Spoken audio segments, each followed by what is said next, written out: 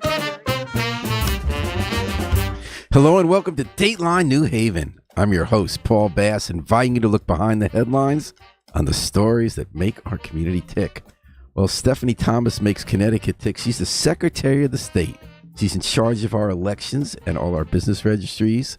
And she's in the fourth year of her first term. Third year. Okay. Don't rush it, Paul. Don't rush it. Lots been going on. If you've been following the news about elections, he's here for an update back in the studio. So nice to have you back in the studio, Stephanie Thomas. Always a pleasure to be here. So, as we said before came on the air, there's two words you hear day, all night, early voting. Early voting. Boy, have elections changed in our lifetime. People vote. A lot of people vote early now. Yes. In the presidential election, you may recall, in Connecticut, 40% statewide average, 40% of everyone who voted used early in-person voting. But in some towns, that represented over 60% of their electorate. Amazingly popular. Yeah, but you can easily see why. Well, I remember you coming on the show when we were talking about the bill to create it. Mm-hmm. It was this whole process. We have to have it passed twice, constitutional amendment. Yeah. And I remember there were concerns, people saying, we want to have it so that people are voting for the same election. Let's say if you start too long in advance, like they do some places, everything could change. You cast your ballot, then it turned out that somebody stole jewels from the Louvre or something, and you want to vote for them, but you didn't get a chance because they were so good at the heist. And you said you were trying to strike a balance. Mm-hmm. You said you think early voting gave people more of a chance to vote, which we want, but you don't want it to be so spread out in time that we're voting in different elections. So you went on the 2-week. No, my recommendation was actually for a shorter period of time, but like all laws, it went through the process. I gave my opinion. Some people showed up to testify, not enough, I think, but some. And, at the end of the day, there were people who wanted 30 days and there were people who wanted 1 day. And the legislature came up with 2 weeks. Split the baby in half. Yeah. What were you going for, like 4 days? No, originally I started with 7, and then I talked to a lot of people, and I saw the benefit of 2 full weekends. So I ended on 10, and then I think I was on 4 days for primaries instead of 7 in municipal years. So the legislature, I think, had a very difficult job. You have to strike a balance between voter education and whatever reform you're seeking. Because if you change the rules for every single election, like some primaries are this, but it gets so confusing. Voters get too confused. It's like our districts in New Haven, the state legislative districts. Some people vote at different polling places year to year, which is not a good thing. It's really hard when you're not also investing in that voter education work, because at the end of the day, you don't want these things to disenfranchise voters that you're trying to help. So you came up with the 2-week, not you, the legislature. Yeah. And again, I think because I'm old and cranky, I didn't like the idea of a long, extended one. When you were on here, you convinced me that it made sense to make it a little easier by having a few more days. But and as a journalist, I feel like, well, what happens now? It's in those final 2 weeks, a lot of people started voting. What do we report that changes the race, Well, here's what I think. I'm one person, but a lot of these Louvre heist stories that break, I want to vote for those guys. Usually are secured well in advance, and campaigns release it right before voting begins. So whether voting is on election day or early voting, they can release that bombshell at any time, right? It's very rare that something actually timely happened right before. But the beauty about our election system is if you are risk averse, don't vote early. Go on election day. And is the gain that we get more people to vote?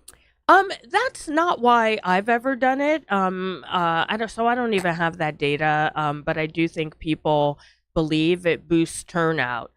My goal has always been to make sure that every eligible voter who wants to vote is able to do so. And, I live downstate where a lot of people commuted to New York City. Believe it or not, I used to be on the 4:53 a.m. train Or on the late day, the 5:23 a.m. train. Did you sleep on the train or did you do work? No, I did work. I ran my own business, so like I was working 80 hours a week in another state. So I would leave early or try to leave early to go home and vote, but Metro North might have a delay or I might get called into a meeting or something. And I always did manage to vote, but sometimes it was a very close call, like getting there at 7:50. And when you think about life, you know, someone has a family member in hospice and then it happens on election day, that tragedy happens. Someone's pregnant, due, like they don't know when the baby's going to come. Like there's all these real life things. You get a flat tire. So if you're eligible to vote and want to vote and you don't want to risk waiting until election day, I think those people should have other options open to them. It's very interesting for me to hear you say this because you're basically the chief democracy official. I am. We have someone who's in charge of labor. You have someone in charge of revenue. You're in charge of democracy. Yeah. And before you came on, I said, okay, let me ask Stephanie, how many people voted? Did this increase? Aren't we doing this just to increase? And you said no just now. You said this is about making sure that everybody who wants to participate can. And I've been thinking about that a lot with democracy. How do we measure the health of a democracy? We'll get to your civics course. You're trying to do that too. And I've come to the conclusion that democracy is not measured by how many people cast a ballot. And it's not how many people read a news article. It's how many people have the opportunity to if they want. I think you're right. So you're saying have the opportunity to vote. Like when Ross Perot ran for president in 1992, he said we should have democracy by having everybody at their home computer vote on every bill before Congress. And I thought, is that really democracy? Because they're not spending the time to learn about every bill. They're electing people to, and then like, you know, if 10 times many people read the National Enquirer and the New York Times because they're more interested in whether aliens visited New Jersey, that's okay as long as everybody can read the news if they want to. And then democracy is about who shows up. I think that's right. Before I was first elected as a state rep, and certainly before I was secretary, I always thought people weren't voting because of apathy. Like that is what I believed. But now I have found the reasons are much more complex. One of the most compelling arguments I heard about early voting came from AARP because they were trying to protect seniors. A lot of seniors take medication, have ailments like rheumatoid arthritis or something, and they don't always know in advance their good days from their bad days, right? I remember talking to a gentleman once who was still 30 years later, he was in his 80s now, upset that he didn't get a chance to vote because one day on election day, his arthritis was so bad and he believed in voting, but he couldn't make it. So I do believe these reforms make sense and you want to give eligible voters an opportunity like to take that right away just because of a fluke of life, I think is undemocratic. So some people say people don't vote because something happened, they couldn't come, which I'm positive is true. So this is why you've come to the conclusion you like early voting. Is it also true that sometimes people vote because they think they're either not motivated because they don't care, like things are okay in their town, or they think all politicians think, they don't believe they're going to make a difference? How much of a factor is that? It does factor in. I'll tell you the reasons I hear the most. Young people in particular report, and these are like political science majors, so like engaged young people have so often told me it feels too hard. And I said, oh, like wait, a political science major thinks it's too hard to fill in the bubble on the no, it feels too hard. So I said, oh, like what, like trying to register, like you can't find the information? And they were like, no, I haven't tried, it just feels like it will be very complicated. Are these people who are like waking up smoking legal weed, or I'm telling you, these are political science majors? A lot of young people. And I remember a young lady in high school telling me, like, she came up to me like, okay, I believe in voting, I'm gonna vote. And then she's like, should I set aside 4 hours? Is that enough? And this happened to be in Wilton before early voting. And I said, no. I was like I laughed. Well, some presidential years you do have to wait a long time. And this was a local year. Okay. 23. 2 minutes. So I laughed and she goes, "Oh, do I need longer?" And I said, "No, I think 4 minutes will do it." But young people don't know what they don't know. So, you hear all this national news and you see these people standing in long lines in other states. So there's some trepidation and anxiety, I think, around like doing something wrong or not understanding the process. I also hear from people where English isn't their first language, maybe like they speak it fine every day, but reading a technical ballot also feels a little uncomfortable and they don't think they'll be able to like understand it or get translation help. So sometimes they don't show up. There's so many reasons, but also there's not that much money in elections other than presidential and Congress. You cannot escape seeing an ad about a presidential election. Ads, it's in the newspapers, on everyone's talking about it. No one knows when their board of ed is up for re-election. They just don't. So people also tell me, like, "Oh, I didn't know there was an election this year." And we'll get to how you're trying to get them to find that out with civic education. I'm a little stuck on the political science majors. Yeah.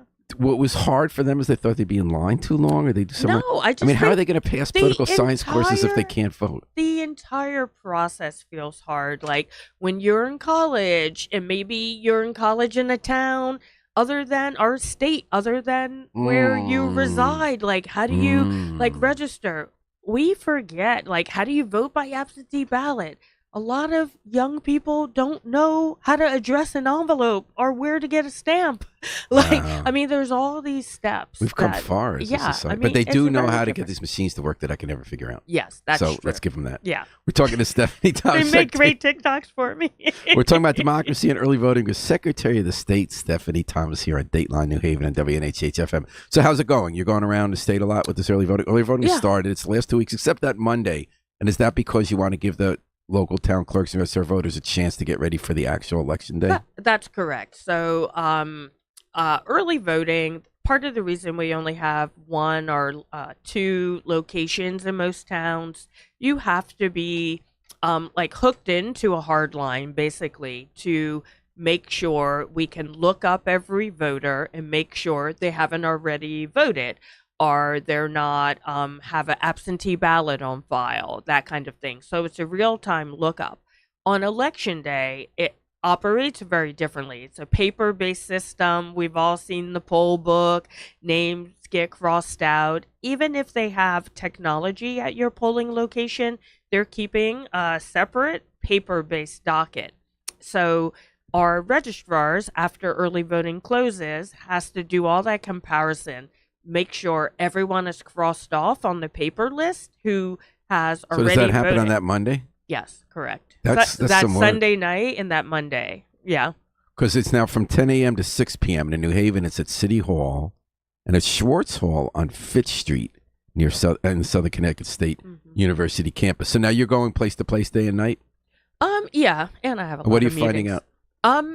I'm finding out that it's quiet, so I do worry about turnout. I think in presidential elections in Connecticut, like turnout is like 75 to 80%. I didn't know it was that high. It is. I mean, we're among the highest in the country in presidential elections. But these same people who are registered, who know how to do it, who think it's important to come out, they stay home for local elections, and that participation drops to 33% on average. Some towns, it's like will under be less 15. When there's not a contested. When it's not a heavily contested election. Even when there is, yeah. And often there's not. Yeah, often there's not. So how much early voting is going on? What do you see? How many locations do we have and stuff like that? So we have locations in every town. We are at, as of last night, 117,000 statewide. But looking at New Haven, I just pulled some numbers. So far, only 928 people have early voted. Well, according to what we're talking about, it's a lot of money to set up early voting for 2 weeks, right? Because I noticed how many people were there. As I said, I felt like I was at a concierge service. I had 9 people taking care of me, so friendly and taking me to every step with nobody else in the room. Is it still okay if it ends up being 1,200 people voting out of, I don't know, 20,000, or it won't be 20,000 in New Haven. It's like 15,000. So if 1/15th vote for those 2 weeks, was it worth it? This is what I have asked every registrar in the state. We now have data coming from our largest turnout elections in a presidential year. We'll have data coming from our lowest turnout elections, like municipal elections. I would like to see, like, there's no one who typically collects all that data. So I've asked the registrars to calculate, like, how many voters have come, what the cost was, because towns hire their own poll workers. All of that is done at the municipal level, so we don't get that info. And I want them to send it to us, but also to their state delegation. I do think in this upcoming session, the legislature will be thinking about universal access to absentee ballots, and some tweaks to the early voting law. And we just have to make sure the system all works well together.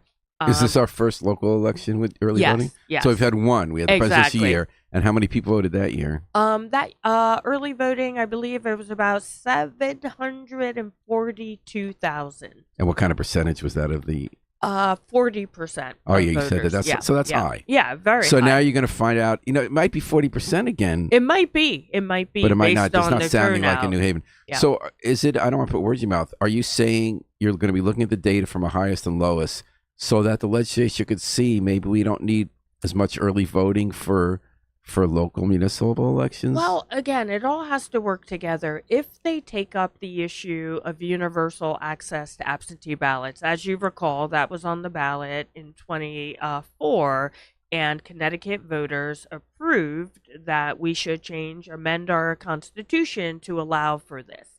But a law wasn't set around it. So right now, for example, in our absentee ballot process, you can show up in person in your town clerk's office and cast your absentee ballot prior to election day. So in some ways, that is early in-person voting. So you wouldn't need duplication of that. So all of this has to be part of the same conversation, which is why I think also the legislature thought, let's get some data so we can consider this all together. So this is the year they're going to be doing the law? I don't know, but Are they supposed to based on? Because the legislature passed it twice, correct? Then it went on the ballot, then the voters supported it. Yeah. If the voters vote for it, doesn't that mean we have to do it? No, because what they voted on was whether or not the Constitution could be amended to allow for it. So that doesn't mean you have to pass a law, or it doesn't. And if they do, does that have to go back to the voters again? No. Okay. The time frame is not dictated. So in other words, it's possible this year that we could pass a law to amend the Constitution to allow for universal absentee voting. Yeah. At that point, is this going to be moot? Will we not need early voting? Maybe. I would say we still need early voting, but it depends how the absentee ballot law is modified. There are about 33 states, I believe, who have some sort of absentee ballot universal access, including the 8 states that are all vote by mail. So it's a matter of looking at what makes sense for Connecticut. Because nothing has to be absolute. There are so many different ways to do it. So one way is let's pick it a million ways so more people vote. Another way might be if we're spending all this money on early voting and not a lot of people come, why not just have it be universal AB? Exactly. That's interesting. Yeah. Democracy is this thing. We're talking about that with Secretary of State Stephanie Thomas. Do you have a position on how universal absentee balloting should work? I do have some positions, but everyone's eyes will glaze over if I Not start mine. talking about it. I'm interested. So it did come up in the legislature last year, and there was a school of thought, like, let's just remove the excuses and keep everything else as is. I did not like that idea because I don't think our system was built for the volume that usually happens when you have universal access. So there's a few things I think we should be looking at. Removing circulators from the process. Are some states only allow circulators for like the last month? Does that mean people like a cop or someone who's dispatched is allowed to do it, and that's where we see a lot of the fraud? I mean, that's been Bridgeport, right? Yeah. It basically says anybody can sign out applications. I want to be clear about that. Applications, and then like hand them out. And I think there's good reasons to have a law like that. Like I could imagine a community group is like, "Hey, I'm making this easy for you. Here's my application." But a lot of these laws were set, for example, before you could apply online, before computers. So we can look at that differently. So you'd like people to have to directly ask for their ballot online or by phone or something? Exactly. Online, in person, by mail. And is that because of fraud? I think for me, it's a combination. I think it's a loophole, right? And it's a lot of work for the town clerks because all of these applications have to be numbered. You have to submit a log of who you gave them to. That all has to be tracked. And it's confusing for voters. These are my two biggest reasons. Voters tell me they thought someone told them they had to do this. So the person with authority came in their apartment. But not even that. So imagine this. You have, I don't know, 5 people running for office. Maybe your Secretary of State, maybe your governor, maybe your state rep, your state senator. Like so many people are running for office at the same time. And what if we all say, this is a real help if we get the application to voters? So now people are getting 3 or 4 applications in the mail. And I can tell you my phone starts ringing off the hook. Registrar's phones start ringing off the hook if someone receives more than one application because they think there's a direct correlation to ballots. There is not, but they think it. So it's confusing. A lot of people are asking. Exactly. And Harry's asking about ballot harvesting. This is what I asked you. Then there's the issue but are you also talking about who can bring them back? No, I'm talking about who can issue them. And then how about bringing them back? Isn't that the problem in Bridgeport when they caught them on camera bringing buckets, harvesting hundreds of ballots? So that depends on a lot of things. So like everything in elections is so complicated. So I would say there's 2 types of issues. So in Bridgeport, we've had election monitors for the last couple of years. So when that story broke in 2023 and they had to do the redo election, we had must have been interesting for you. I know, that was my first Welcome year. To the I was job. like, oh, great. So, yeah, but I like a challenge. So so we had our election monitors actually call people who had applied for absentee ballots for the redo just to check in with them, right? And I was amazed. There were several instances where the voter was like, oh yeah, this was me. I did it. I believe in voting. I filled it all out. I sealed it up. And then that nice lady in the building who collects them dropped them off for me. So that happens to be illegal in Connecticut. But people need to understand that is not illegal in most other states.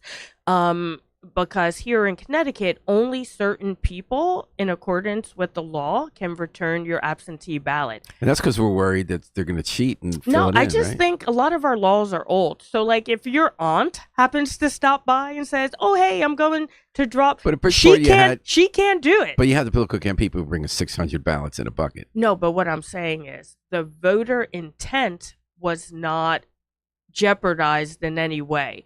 But they ended up breaking the law by not realizing who could and could not return the ballot. Then there are different types of stories and allegations that we've seen in these arrest and court cases where, people might have been threatened or promised something if they voted a certain way. There's pressure. You're alone in your apartment. Yeah. You might be an elderly person and someone who's big. I've seen some of the people in Bridgeport. Yeah. They threaten me physically. I mean, these are threatening people. Yeah. I mean, this is a segue to voter education, which I know people are like, before we get there, I think it will. But before we get there, do you want to change the rule on who can pick it up, or do you want to say that you have to? Do you want to say if there's universal absentee ballot voting, do you want people to have to send it in themselves? I'm still waiting for some data on that. One of the things I would like to really look at is the time period for a cure process. What's cure mean? So that means if like something seems wrong about the ballot when it's returned, like the signature doesn't seem the same, or the name, like maybe you're registered as Stephanie, but you signed the envelope Nikki, or or something seems improper, you can contact the voter in most states and give them an opportunity to come back and recast their ballot, and fix whatever's wrong. Some states, it's as long as a 3 week period or 3 days, like we had in COVID here in Connecticut.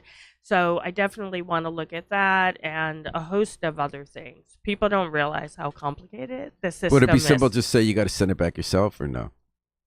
No, I wouldn't be more restrictive than current law, which allows members of your household, like if you're a college student, your parent can return it. Anyone, like an immediate family member, like your spouse, your child, etc. Can you mail it? Yeah. So that can all happen. But I definitely, I don't know. I want to look at how other states are handling. And you said 8 states have just voting by AB by mail. Yeah. Does everyone get mailed the ballot? Yeah. Application. Yeah. Why can't you just get the ballot? I mean, every state, as far as I'm aware, has a 2-step process, because the election workers have to verify that the right person is still at the right address getting the right ballot. Gotcha. We're talking to Steffi Thomas, Secretary of the State on WNHH FM. Anything else about Bridgeport? So we had a couple of scandals, another wave of arrests, second round or third. I've lost track about them in the municipal elections, stuffing ballot box, breaking rules. How are you feeling about it now? What do you got in place? I feel more hopeful. Obviously I've only been secretary for 3 years, and what I want, there's a few things I want to say about Bridgeport because I think it's commonly misunderstood. When the 2023 story broke, I started doing some research, and a lot of these problems have gone back 30 years.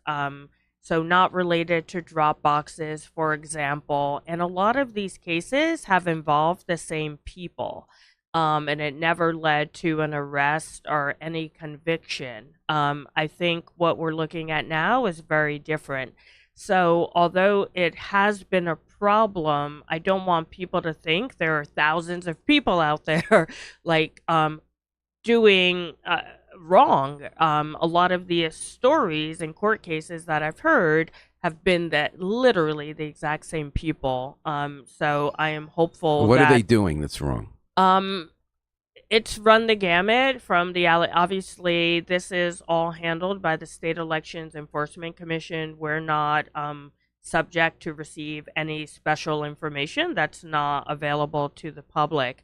So all the things we talked about, a lot of the allegations have to do with kind of strong arming or trading favors for votes, or returning ballots that they shouldn't be returning because they're not authorized to do so. And, I'm sure there's other allegations in there. But so what we've done, our election monitors have been on the ground. We changed it. So not only do we have lawyers there, but we have lawyers who also happen to be former registrars or town clerks or current registrars and town clerks to make sure not only that the law is being followed, but that processes are like all the I's are dotted, T's are crossed from a staff perspective. We also have worked with the legislature to pass half a dozen laws at this point that close some of the loopholes that are good, not just for Bridgeport, but for every town in Connecticut. What would be an example of a loophole? Like Dropbox cameras. Bridgeport had cameras already on their Dropboxes, but now every town has to have them. And thank God for those cameras, those are good right? Photos, yeah. Because without that, like literally the exact same allegations were made in 2019, but because it was through a mailbox, there was no proof. the fact that that footage now has to be kept is another law, because if someone alleges something, those tapes were taped over every couple of days, like security footage is. So now it has to be kept. There's a ton of like changes about um, the amount of time before an election someone can circulate ballots. It has to be for a certain election, a certain year. A lot of forms have changed. But one thing that I really am excited about, it became very clear to me that we can't be everywhere. We need people looking out for neighbors and family on the ground. We need whistleblowers so that every single time there's an allegation, it gets filed. So we have now been able to use some of the election monitor funding for a bilingual public education campaign. So this election season, mail, television, radio, buses, digital. We've been like educating people, like it's their responsibility to understand how to vote correctly and legally. And if they see something, say something and call this number. All right, we're talking to Secretary of the State Stephanie Thomas and WNHH FM's Dateline New Haven. So we talked about one set of local threats here or challenges.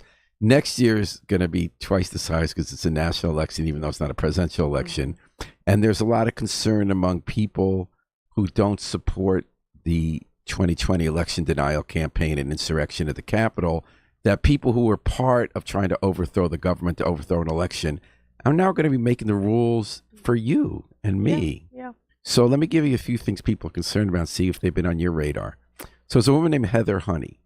She led some of the efforts to overthrow the 2020 election nationally. She's now the Assistant Secretary for Election Integrity at the Department of Homeland Security.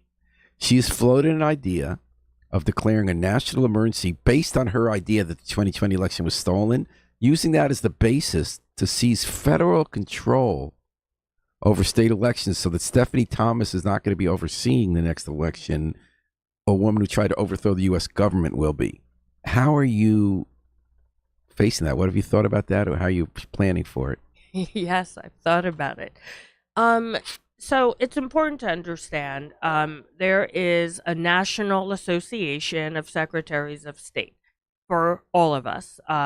We convene a couple of times a year. We have committees. I'm on the executive board. I serve on the Elections Committee, the Cybersecurity Committee, and the Business Services Committee. And as committee members, we meet every other week. And in those meetings, we get to hear directly from Ms. Honey was on a call a couple of weeks ago. We speak directly with USCIS, Immigration Services, Department of Justice, White House staffers, fill in the blank. And this is a bipartisan group of secretaries, and I don't want to give the impression that these are partisan issues. Most of us who got into this business believe in the right to vote. And there are many of my Republican colleagues who push back very hard against the election denial movement because they know more than most people exactly what goes into we saw running in an Georgia election. that Republicans bravely stood up. Exactly. And this is separate about whether people cheat in elections. This is whether there's a national emergency based on this theory that the 2020 election was stolen by dead people in Venezuela and these machine companies that were faking it for Democrats. So, but let's say we've read about. So you're telling me that there's serious secretaries of state. We've heard and read articles where Republican officials say, if I do something that Trump doesn't want me to do, they threaten my life and my family. This isn't about re-election. Oh, no, it's so if Heather Honey true. and Trump say this is a national emergency, the National Guard's coming in, and they're going to run the election places and decide which votes count. And Republican officials, as they have on every other issue, feel that they will die and their family will die if they say no to Donald Trump when he sets the mob on them. What are you going to do? Yeah. Stephanie, what are you going to do? I mean, do you think that's going to happen? I think Why else would Heather There Honey be are there? many people in positions of power who were in the election denial movement. I find that troubling. I think you'd be hard pressed to find any most secretaries who are not concerned about what that means for our overall system. We know for a fact cybersecurity has changed. In case you're not aware, CISA, the Cybersecurity Infrastructure and Security Agency, is the division of Homeland Security that has been providing assistance to secretaries over the last many years, providing threat assessments And the for. and the and the irony is the Trump administration just shut down the unit Yeah. that monitored whether other countries are trying to come Yeah, in and so screw with our foreign election. interference So now, intelligence, if we Russia does something, we don't already are know. not getting a lot of the free, like Connecticut has very good cybersecurity at the state level, and we fall under that. But in many states, that is not the case. Each jurisdiction has to do their own cybersecurity. So the federal government has shuttered those cybersecurity services that used to be provided free, and now there's a nonprofit entity who has decided to take them up, but these jurisdictions now have to pay for it. And there are a host of other concerning What things about the National happening. Guard? What if Trump and Heather Honey call in the National Guard to take over the election from you? What are we going to do? I don't know yet, do? Paul. Do you think it might happen? Um, Anything can happen, I would say, quite honestly. But this is where everything comes down to we the people. I believe so strongly that most citizens are sleepwalking through the democratic process and not understanding how elections work. What is that threat? We live in a wonderful time of open government where you can find out all these things quite easily. And I think we, the people, will have to decide what we want to be true about our election systems. As Secretary of the State, I would like to ensure that we always have free and fair elections and that we have security procedures set up to protect us from malfeasance and misinformation. And I hope other Americans feel the same. Well, you went to Congress to talk about your concerns about some of this in April. Yeah. You testified before Congress that you feel there are new federal mandates like the SAVE Act and a recent executive order that will destabilize voter security and undo years of bipartisan progress. What were you talking about specifically? I was talking specifically about Connecticut, and I think if I back up a little bit, it will explain a lot of this. A lot of people seem to think that election security and election accessibility are at odds, but you can have both accessible elections and secure elections. But both things are subject to the same rules. They have to follow the US Constitution, and in our case, the Connecticut Constitution, and you have to have the time and resources to roll it out appropriately. And a lot of the things coming out via the federal government right now are being rolled out very quickly. And one of the things I'm not comfortable with is Connecticut voters being guinea pigs right now. Like, build it first. Right now, they're asking people to do things while systems are imperfect. And Like what? um, a good example, like USCIS, not the SAVE Act. There's the SAVE program. So a few states are doing beta testing right now where they're sending immigration services their entire voter file to run it against. A lot of people don't realize there is no one place that has a list of American citizens. So instead, what they're doing is running it through about 8 different databases that have some information about non-American citizens. So, like, if you got your naturalization ceremony, or you're an asylum seeker, they run that through and then they send it back to the states. So now states are having to figure out if someone came back inconclusive, what that means. So they're now having to investigate sometimes hundreds of thousands of people trying to figure out if they're a citizen. So there's a lot happening with the SAVE program, the SAVE Act, the cybersecurity angle, and many other things. All of it is being discussed. Everyone's watching it. The bottom line for me, I do not want to disenfranchise Americans because of a conspiracy theory.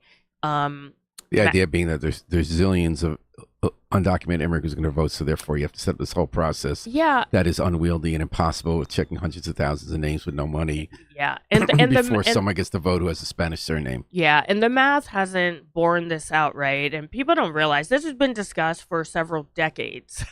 States have been trying to solve this for a long time, and what we have found, for many states have done exhaustive searches of their voter rolls, etc. So, like, there's actual data.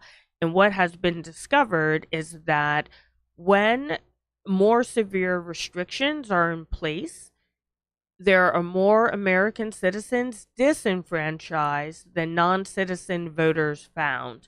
Most states have found, like, you turns can out that count more on people are one turned away who hand. shouldn't have been turned Yeah, away. Exactly. That's interesting. Yeah. Yeah. So now, Stephanie Thomas, Secretary of State, you have a new civics education program online. If you go to your website now, there's something called the Power of Civics. Yes. You're trying to get people to find out more about their government and their community and to get more involved in it. So how's this working? Yeah, and it sounds really boring sometimes to people, but I wonder, it's nothing but. When I was a state representative, I was always surprised how few people knew what my role is, how I could help them.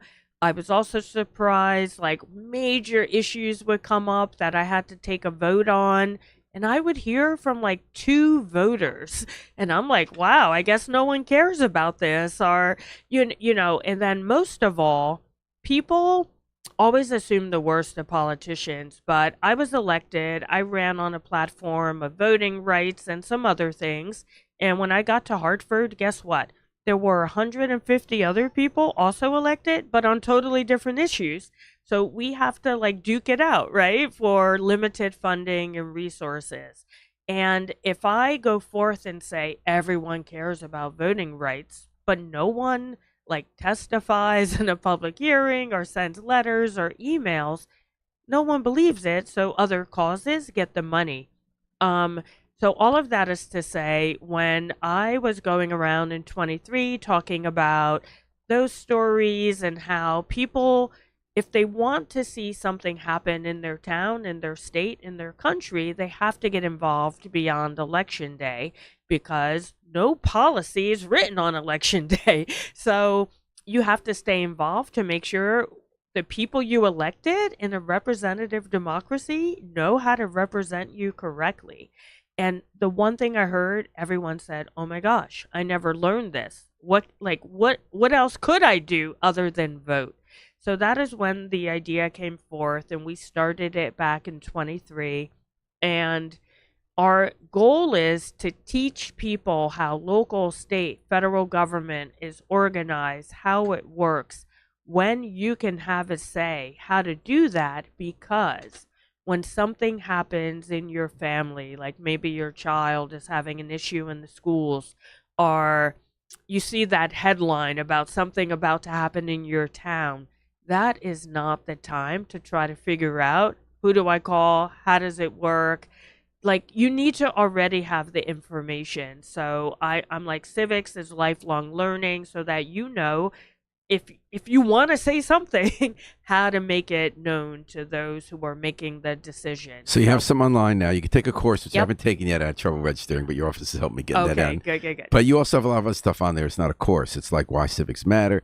You know, who are your reps? What do they do? Exactly. How do we get people there?